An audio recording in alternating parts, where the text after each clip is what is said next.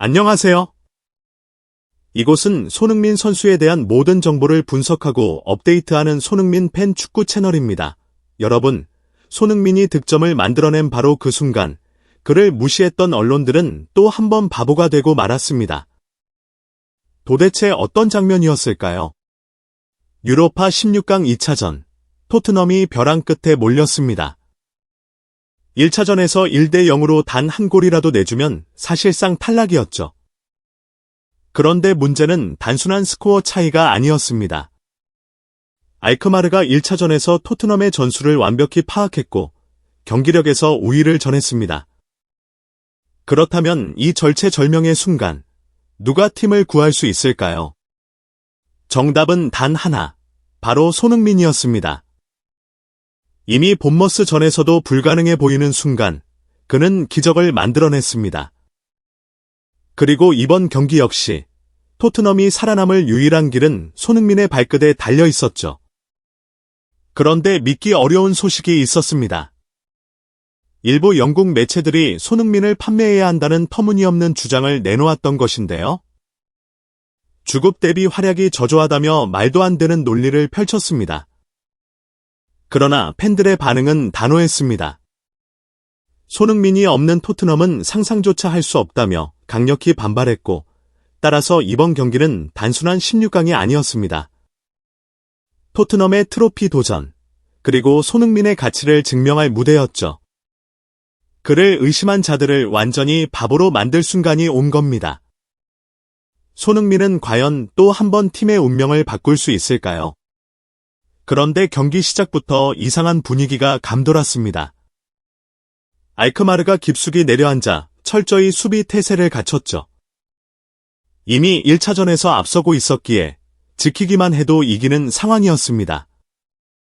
문제는 토트넘이 이 촘촘한 수비를 뚫을 방법이 없었다는 것. 오토벤은 단숨에 둘러싸여 공을 빼앗겼고 메디슨 역시 좁은 공간에서 속수무책이었습니다. 패스길이 막혀 공격의 갈피를 전혀 잡지 못하는 상황이었죠. 그런데 손흥민은 달랐습니다. 이 장면을 보세요. 알크마르 수비 3명이 손흥민을 둘러싸고 있습니다.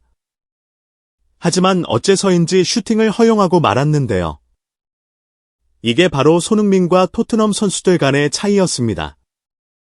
그는 양발을 자유자재로 활용하기 때문에 수비 입장에서는 돌파가 나올지, 슈팅이 나올지, 패스가 나올지 도저히 예측할 수 없었죠. 그리고 그 결과 수비가 흔들리기 시작했습니다. 손흥민은 엄청난 스피드로 측면을 돌파했고 박스 안은 여전히 촘촘하게 막혀 있었지만 그는 침착했습니다. 오른쪽 슈팅 공간을 만들어낸 후 강력한 슈팅. 수비 태클에 막히긴 했지만 이 한 장면만 봐도 알 수 있었습니다.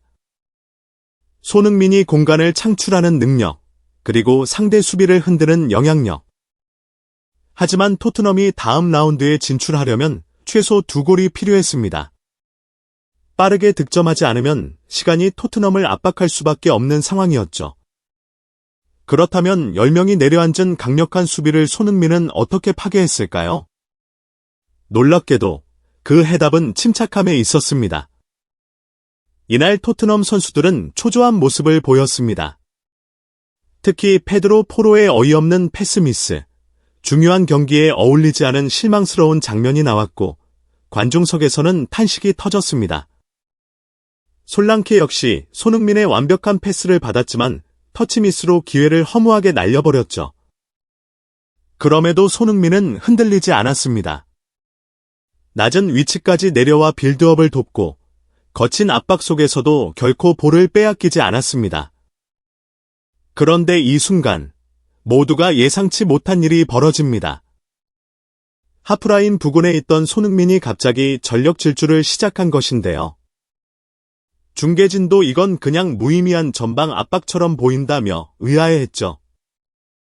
그러나 1초 후 모두가 경악합니다. 바로 손흥민의 전방 압박이 통한 것이었죠.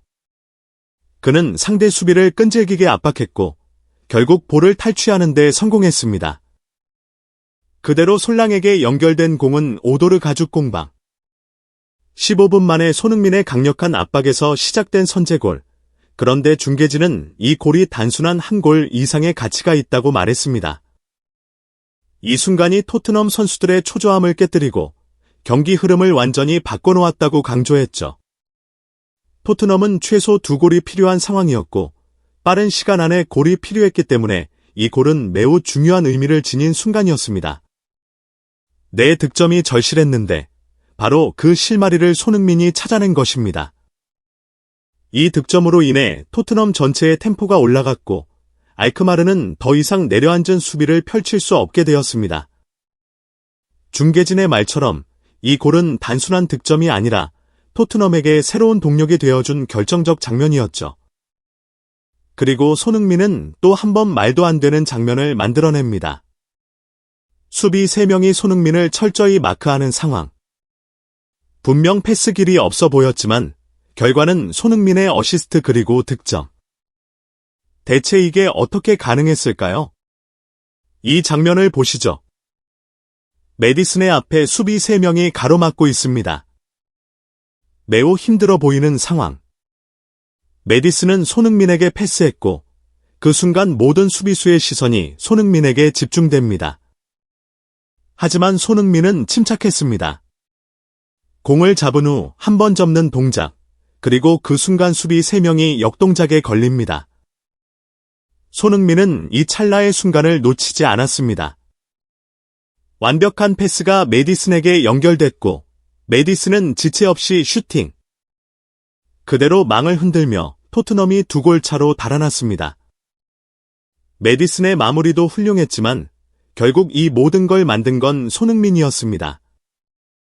왜 그럴 수밖에 없었을까요? 이날 알크마르 수비진은 손흥민을 막지 못했습니다. 손흥민의 드리블과 패스, 움직임 하나하나까지 모든 것이 위협적이었죠. 결국 손흥민을 막기 위해 수비를 과도하게 집중한 결과 메디슨이 완벽한 슈팅 기회를 얻을 수 있었습니다. 2대0, 토트넘이 완벽하게 앞서가는 듯했습니다. 하지만 실상은 한 점 차인 상황. 그런데 경기 흐름을 완전히 뒤집을 중대한 변수가 발생합니다. 경기 60분경, 토트넘의 수비 핵심 반더베이크가 빠지면서 토트넘의 뒷공간이 무너지기 시작했고 결국 실점. 토트넘의 리드는 순식간에 사라졌고 경기는 원점으로 돌아갔습니다. 믿었던 로메로마저 패스 미스를 범하며 팀은 급격히 흔들리기 시작했죠. 그렇다면 이 위기 속에서 손흥민은 어떻게 팀을 구했을까요? 전반전, 손흥민은 중앙으로 파고들며 슈팅을 많이 시도했습니다. 하지만 후반전, 그는 완전히 다른 움직임을 보여줍니다. 손흥민이 공을 잡으면 수비 2명 이상이 달라붙는 것은 필수적이었죠. 그렇다면 이 수비 집중을 어떻게 이용했을까요? 손흥민은 공간을 본능적으로 읽었습니다. 뒤쪽에서 스펜스가 쇄도하는 순간 완벽한 타이밍에 손흥민이 패스를 밀어줍니다. 손흥민을 막느라 비어있던 뒷공간. 스펜스 그대로 침투 후 크로스, 솔랑케 이어서 오톱의 슈팅. 그대로 득점. 경기 결과는 3대1, 토트넘이 승리했습니다. 결국 8강 진출을 차지한 건 토트넘이었죠. 경기 전 손흥민 매각을 주장했던 축구 매체들은 바보가 되는 순간이었습니다. 이날 손흥민은 경기 최다 드리블 성공 기록을 세웠고 평점 8점이라는 높은 점수를 받았습니다. 하지만 이게 다가 아닙니다. 손흥민이 남긴 기록들은 더 놀라웠습니다. 경기 막판에도 36km의 폭발적인 스피드를 유지했고 팀 내 최다 공격 지역 패스로 단순한 마무리뿐만 아니라 경기 전체를 조율했습니다. 결국 손흥민이 경기 전체를 지배했다고 해도 과언이 아니었습니다. 그런데 놀라운 것은 이게 끝이 아니라는 것입니다. 이날 손흥민이 남긴 기록들은 그를 무시했던 모든 이들에게 강한 한방이 되었습니다. 필요한 플레이를 해내는 선수. 그가 바로 손흥민입니다. 시청해주셔서 감사합니다. 이 영상이 마음에 드셨나요? 좋아요를 눌러주시고 구독해주시고 아래의 댓글로 생각을 공유해주세요.